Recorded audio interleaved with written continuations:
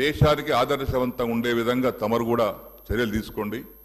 ఇక్కడ వారు మాట్లాడినా ఎవరు మాట్లాడినా కానీ ఇది చాలా విలువైన పవిత్రమైనటువంటి సభ. ఇది ముఖ్యమంత్రి గారు వారు అయ్యారు, మాకు ఈర్ష్య లేదు, అవుతుంటాం పోతుంటాం, ఎవరికి అధికారం శాశ్వతం కాదు. ఇక్కడ ప్రజల ఇష్టం, వారిని ఎక్కడ కూర్చోబెట్టారు, మమ్మల్ని ఇక్కడ కూర్చోబెట్టారు.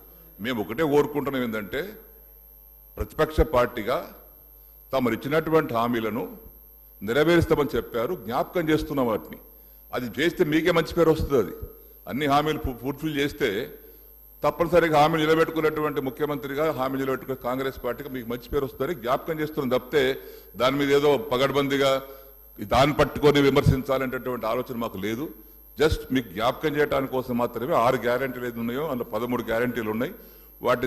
దాన్ని మీరు జ్ఞాపకం చేసి అమలు చేస్తే మీకు మంచి పేరు వస్తుందో చెప్పడానికి చేస్తున్నాం అధ్యక్ష. అదేవిధంగా పొన్న ప్రభాకర్ గారు బస్సుల మీద చర్చ జరిగినప్పుడు అది కన్సర్న్ మంత్రి కాబట్టి వారు అప్పుడు లేచి మాట్లాడవచ్చు. కానీ ప్రతి ఒక్కరు లేచి ఎట్లా అధ్యక్ష? ఇది ప్రతి ఒక్కరు లేచి మాట్లాడుతున్నారు. వినండి. ఇదే వద్దంటున్నాను. ఇదే పొన్న ప్రభాకర్ గారు ట్రాన్స్పోర్ట్ మినిస్టర్గా బస్సుల మీద చర్చ జరిగినప్పుడు అట్లా లెజిస్లేటివ్ పార్టీ మినిస్టర్గా వారికి హక్కు ఉంది, కన్సర్న్ మినిస్టర్ మీద సబ్జెక్ట్ చర్చ జరిగినప్పుడు వారికి హక్కు ఉంది. మనం ప్రతి ఒక్కరు లేచి మాట్లాడుతుంటే ఉదాహరణ ఉండదు కదా. మీకు సమయం ఇస్తారు వారు. ఇప్పుడు నాకు సమయం ఇచ్చారు, లేచి మాట్లాడుతున్నా, నేను అరగంట నుంచి చేతులు లేపుతున్నా, నేను లేవలే మళ్ళీ మధ్యన వారు అనుమతిస్తేనే అనుమతిస్తే లేచి మాట్లాడుతున్నాను. దయచేసి మీరు చాలా మంది కొత్త వారు ఉన్నారు తమ్ముళ్ళు, మనం అందరం కలిసి పనిచేసుకుందాం. 5 ఏళ్ళు బ్రహ్మాండంగా రాష్ట్ర అభివృద్ధి చేస్తాం, పేదల సంక్షేమం కోసం పనిచేస్తాం. 100% మా సహకారం ఉంటుంది.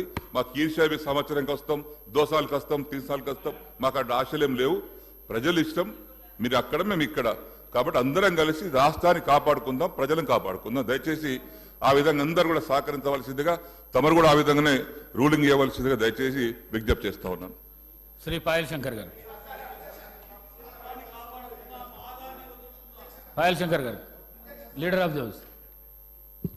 స్పీకర్ సార్, పెద్దలు శ్రీనివాస్ రెడ్డి గారు శాసనసభ్యులుగా, మంత్రిగా, ఇదే సభలో స్పీకర్గా సుదీర్ఘమైన అనుభవం వారికి ఉన్నది. మాజీ ముఖ్యమంత్రి చంద్రశేఖరరావు గారితో కలిసి పనిచేసిన సుదీర్ఘమైన అనుభవం కూడా వారికి ఉన్నది. అయితే ఇక్కడ వారు కొన్ని విషయాలు మరి సందర్భంగా గుర్తు లేదో రాలేదో నాకు తెలియదు, వారికి మీ ద్వారా గుర్తు చేయదలుచుకున్నాను.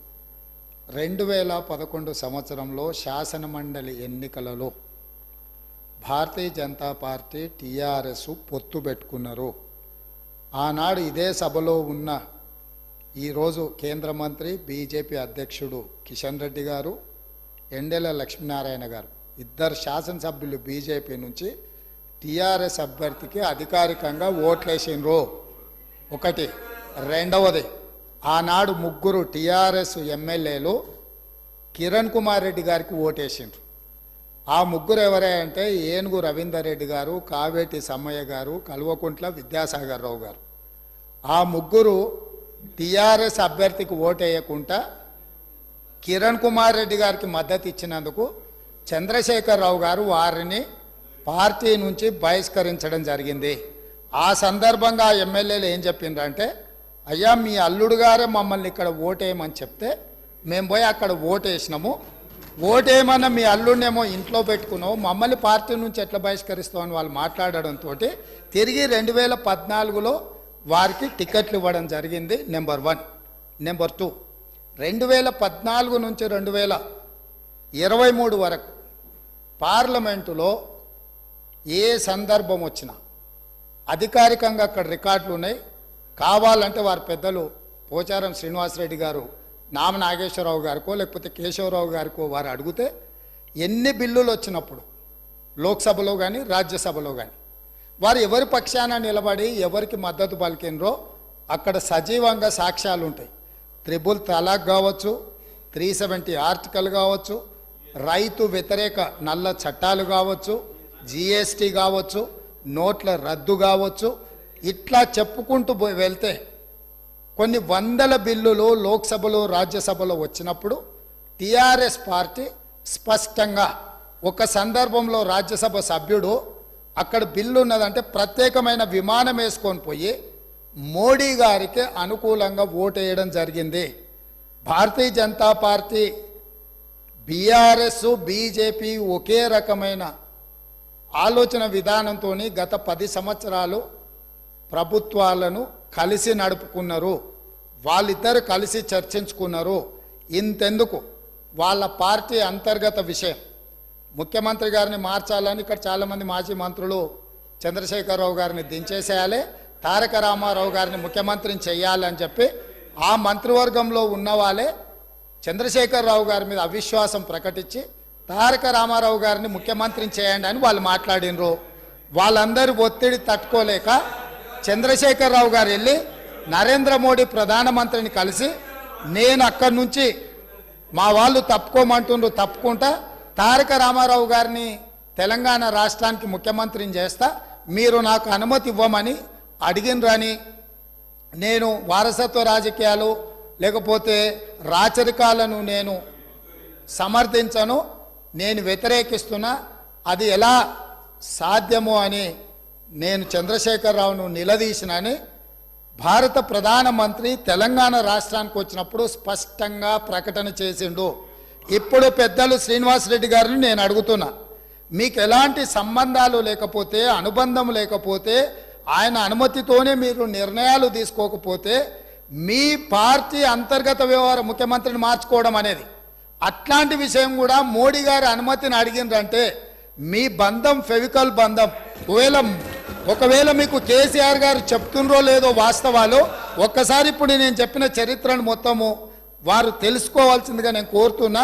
మీకు కొన్ని చెప్తాడు, కొన్ని దాస్తాడు. కాబట్టి దాచినై మీకు ఒకవేళ ఎప్పుడైనా అనుమానం వస్తే మీరు ఎప్పుడైనా నన్ను అడగొచ్చు, స్వేచ్ఛగా వచ్చి కలవచ్చు. మిగతా వివరాలన్నీ కూడా నేను మీ దృష్టికి తీసుకొస్తా. పోచారం శ్రీనివాసరెడ్డి. మేమందరం కూడా కలిసి పనిచేసినాం సార్. తెలుగుదేశం పార్టీలో వారు ఉన్నారు, మేమున్నాం, కష్టపడి పనిచేసినాం. వారు ఈరోజు ఒక నిమిషం వినండి, ఇదే ఓపిక ఉండాలండి. శాసనసభలో మాట్లాడే ఓపిక కాదు, ఇనే ఓపిక కూడా ఉండాలి. వారు చెప్పారు. ఒక్క నిమిషం బ్రదర్ వినండి. వారు అవకాశం ఇస్తే మాట్లాడండి. Please cooperate. వారు మాట్లాడడానికి ఒకవేళ బీజేపీతోనే మాకు పవికాల సంబంధం ఉంటే 4 బీజేపీ శాసనసభలు ఓడించినటువంటి అభ్యర్థులు ఎవరు సార్? బీఆర్ఎస్ పార్టీ అభ్యర్థి ఓడించాం. 2011లో గౌరవ ముఖ్యమంత్రి గారు అన్నారు, 2011లో ఆ రోజు శాసన మండలికి ఎన్నిక జరిగితే ముగ్గురు టిఆర్ఎస్ శాసనసభ్యులు కాంగ్రెస్ ఓటేసినటువంటి మాట వాస్తవం. సస్పెండ్ చేసిండ్రు. కిరణ్ కుమార్ రెడ్డి కాదు, ఎమ్మెల్సీగా కాంగ్రెస్ పార్టీ రంగారెడ్డి పోటీ చేసిండు, టిఆర్ఎస్ తరఫున మహమూద్ అలీ గారు పోటీ చేసిండ్రు. నేను అప్పుడే మన ఇద్దరం తెలుగుదేశం పార్టీలో ఉన్నాం. దాని తర్వాత నేను బీఆర్ఎస్ పార్టీకి వచ్చిన. టీఆర్ఎస్ పార్టీకి వచ్చిన తర్వాత నాకు కూడా బలవంతం చేసిండ్రు, మీరు కూడా రంగారెడ్డికి ఓటేయమని. నేను బీఆర్ఎస్ పార్టీకి మొన్నే వచ్చిన మాట ఇచ్చిన. నేను టీఆర్ఎస్ పార్టీ అభ్యర్థిగా ఓటేసి తప్పితే ఇంకో దానికి వేయనంటే మీరు చెప్పినటువంటి 3 పేర్లు నేను రిపీట్ చేయదలుచుకోలేదు. ఆ 3 పేర్లు లాలూచి పడి బీఆర్ఎస్ పార్టీకి అభ్యర్థికి వ్యతిరేకంగా రంగారెడ్డికి ఓటేసి రంగారెడ్డి గెలిపించుకున్నారు కాంగ్రెస్ పార్టీ. రెండవది తమరు అన్నారు సంబంధం బీజేపీ, ముఖ్యమంత్రి కావాలి, ముఖ్యమంత్రి మార్చాలంటే వారికి అవసరం సార్ అడగదాల్సి మేమే ఉండుంటాం కదా. నువ్వు 100 మంది అనుకుంటే మేము ముఖ్యమంత్రి ఎవరు చేయాలని చేసుకుంటాం, కానీ ఇంకెవరు అనుమతి మాకు అవసరం లేదు సార్. అది తమ రిపోర్ట్ తెలియదు, కానీ మీరు అన్నట్టుగా మాకెవరు అనుమతి అక్కర్లేదు సార్.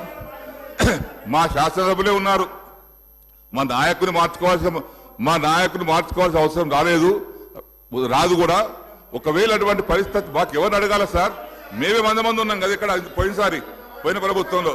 దయచేసి బీజేపీతో మాకు ఎలాంటి సంబంధం లేదు. మాకున్నది ఫ్రెండ్లీ పార్టీ ఎంఐఎం పార్టీ. దయచేసి దాని పట్ల మరొకసారి తమరికి నేను విజ్ఞప్తి చేస్తా ఉన్నా. పాయల్ శంకర్ గారు. అధ్యక్ష,